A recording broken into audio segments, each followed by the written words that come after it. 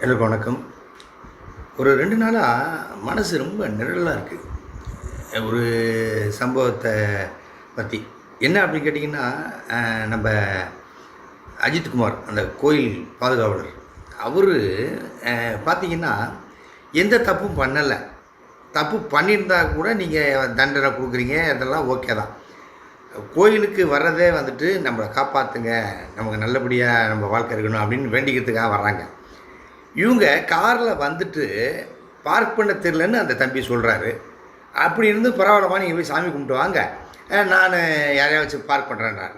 கோயிலுக்கு போயிட்டு வந்தவங்க வண்டி இருந்த நகையை காணோம் அப்படின்னு சொல்கிறாங்க.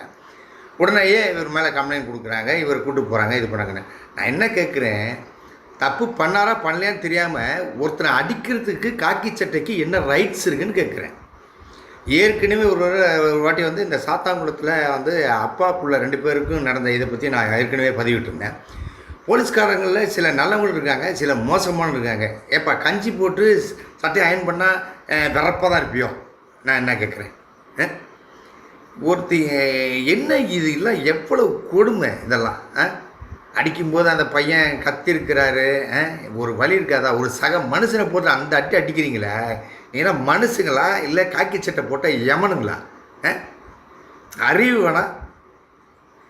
ரொம்ப இது அதாவது பேலன்ஸ் இருக்கிற நாட்களையாவது வந்துட்டு அரசாங்கம் கொஞ்சம் ஸ்ட்ரிக்ட் பண்ணி கொஞ்சம் இந்த மாதிரி விஷயத்தெல்லாம் கொஞ்சம் என்கரேஜ் பண்ணாமல் இது பண்ணணும். அதுக்கு தமிழக அரசு கடுமையான நடவடிக்கை எடுக்கணும் வேண்டி கேட்டுக்கிறேன் முதலமைச்சரை. அதே மாதிரி அந்த பையனுடைய ஃபேமிலிக்கும் அந்த பையனுக்கு நடந்த இந்த கொடுமைக்கும் ரொம்ப மனசு ரொம்ப சங்கடமாக இருக்குது எனக்கு. காலையிலே இந்த பதிவு போகிறேன்னா இவ்வளவு நெருடலாக இருக்குது எனக்கு. போலீஸ் வந்து நான் கேட்டுக்கிற ஒரு விஷயம், கொஞ்சம் மனுஷங்களாக நடந்துங்க, மிருகமாக இருக்காதீங்க.